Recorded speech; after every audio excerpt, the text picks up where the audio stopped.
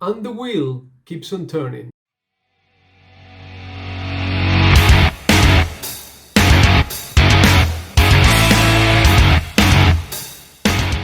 Hello, good morning, good afternoon, good evening, wherever you are in the world. It's Jose here, welcoming you to another episode of Amazing Worlds, where today I am going to be reviewing the Dragon Reborn, which is book 3 of the Wheel of Time series that I'm reading along with other people in the booktube community.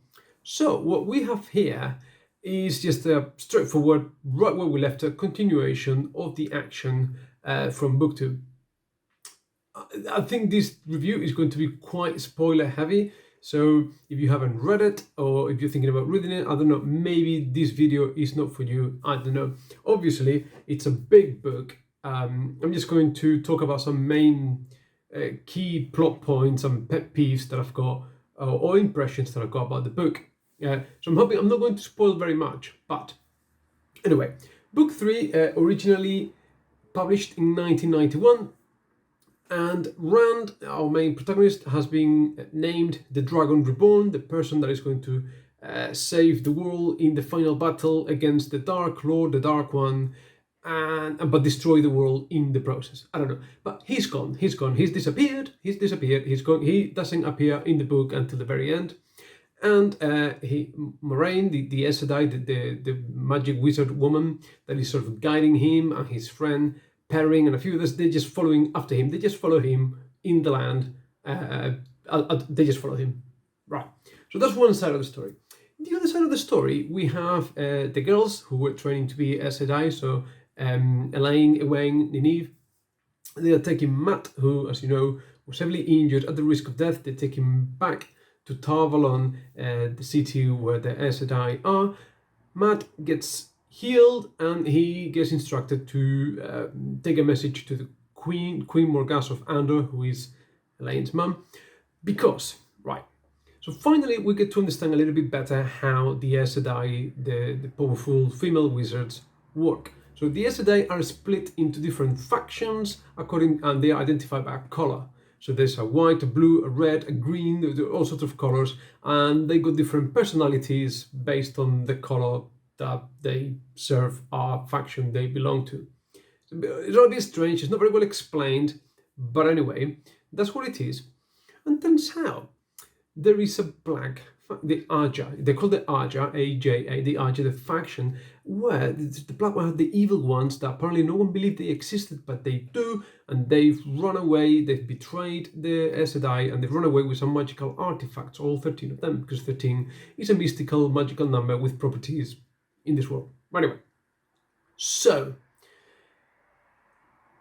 the big head honcho, the grand fromage of the Aes Sedai, the seat of Amerlin, decides that, because she cannot trust anyone, because she doesn't know who these Black Aja are, who these infiltrated dark friends of Dark Lord have infiltrated the Aes Sedai, because she cannot trust anyone, doesn't know who they are, decides that Elaine, Egwene, and Nynaeve, who have just been fast-tracked from novices to accepted, so they're not even full powerful wizard women, they're not, they just accepted, we've accepted you to come and train, to send them to retrieve the magical artifacts and chase these 13 fully fledged powerful wizards, because that makes perfect sense, right? So you've got 3 novices against 13 fully fledged, black belt wizards, go chase them, get the artifacts back. Makes perfect sense, right? Anyway, so that's kind of the plot. And then everyone, at the end of the book, everyone gets together in a mystical, magical tower in a town called Ter, where some ancient artifact, a sword, which has got a name, the sword Kalandor, magical sword that is hanging mystically in the air, is waiting for the Dragon Reborn to climb it, which is what happens, right? Rand appears in the last 40 pages to retrieve said magical sword that he will wield and use in the final battle.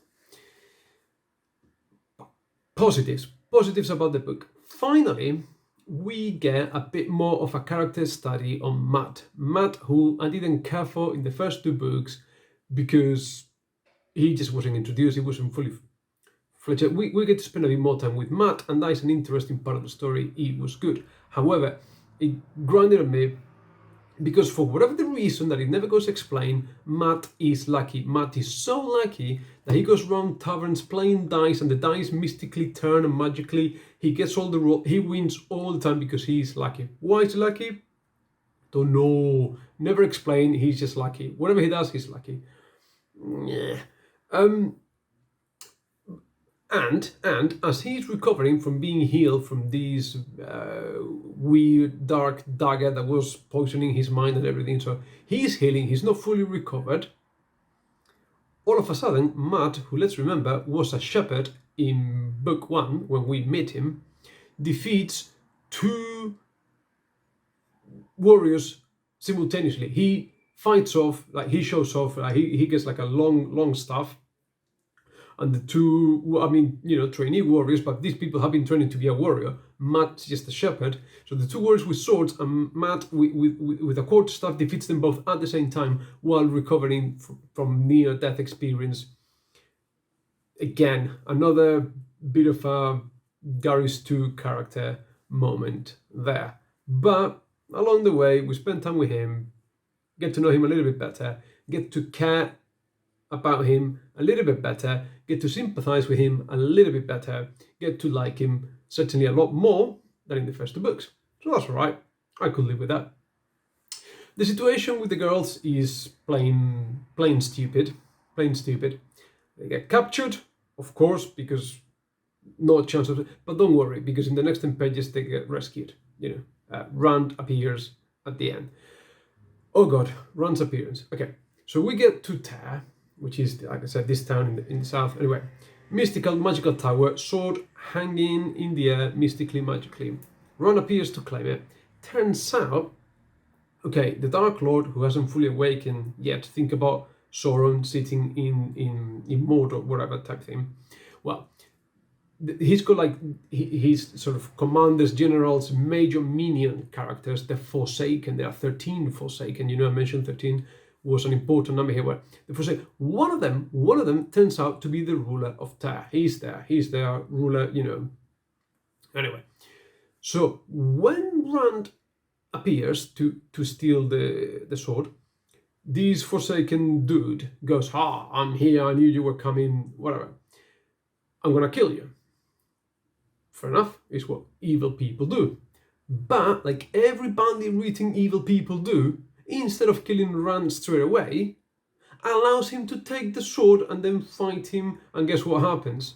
Rand kills this evil dude that gave him a chance to escape when he had no reason to. It reminded me a little bit of in the first in the Fasir trilogy, the first trilogy, in the realm of the Elderlings, and a little bit on Life Ship Traders as well, where the bad characters just do stupid things. And just because you're evil doesn't mean you need to be stupid. Stupid actions based on the parameters and the way they operate. It does not make sense. If you're the evil dude that want to kill the hero, don't give him a chance to escape. But anyway, so grinding, again, I couldn't really quite get on board with that. The next bit that I found a little bit stupid is oh God, I hate serendipity. So, Matt is going to deliver a message to Queen Morgause in Andor. They don't allow him in the palace because, some random dude arrives to talk to the queen. Obviously, he's not going to be allowed. So what does he do? He remembers that Rand climbed some wall ended up falling in the garden of the castle. So what does he do? He climbs that wall. Surely, if in the first book they realized that some random dude could just climb a wall and fall in the garden and access the castle, they would have done something about it, right? Guard it better. If some kid can climb a wall and access the castle, surely some trained assassin can do the same and kill the queen. So do they do anything about it? No. So what happens? Matt does the same. He remembers, so he climbs the wall, gets in the castle. In climbing the wall and getting in the castle through the garden, he just so happens at that precise moment in time to overhear a plot to kill the queen, whatever. How convenient. How very convenient at that precise moment.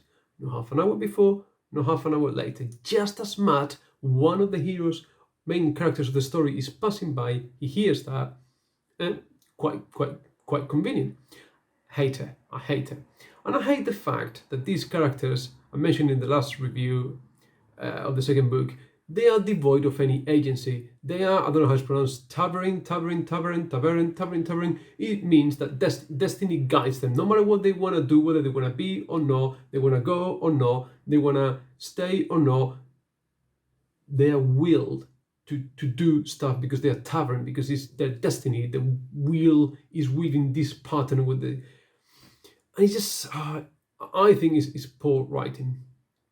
I don't know whether Robert Jordan sat down and mapped out the story and how he was going to get there, or he was a bit more of a sort of discovery writer where he just set off and see what things would take. And I don't know. Or maybe he had a very clear idea of what the characters were going to do and how they were going to get there, but he didn't really wrote in the character motivations, and just this tavern thing becomes a bit of a, get me out of this plot mess that I've written myself into type thing. But, I've started book 4. In general, the books are enjoyable. I still can't see why this is so amazing, why this series is so popular. We still haven't figured out, allegedly the magic system was one of the first sort of hard magic systems that was very well established. Still not quite sure why that is the case. Presumably we're going to continue exploring. Remember, it's a 14-book series. This is just book 3. We're not even a quarter of the way there. So perhaps there is more to come. For now, I'm okay reading it. For now, it is an enjoyable ride.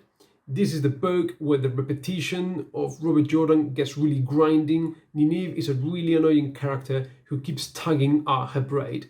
In every page she's in, every other paragraph, she's tugging at her. I don't think people do that. I don't think normal people with braids tug at their braids all the time. I don't think... But anyway. So, this is what I've got for you today. Thank you for watching. Please leave your comments. Let me know what you think. Like, subscribe, spread the message, spread the love, take loads and loads of care, keep reading, and I'll see you next time. Bye.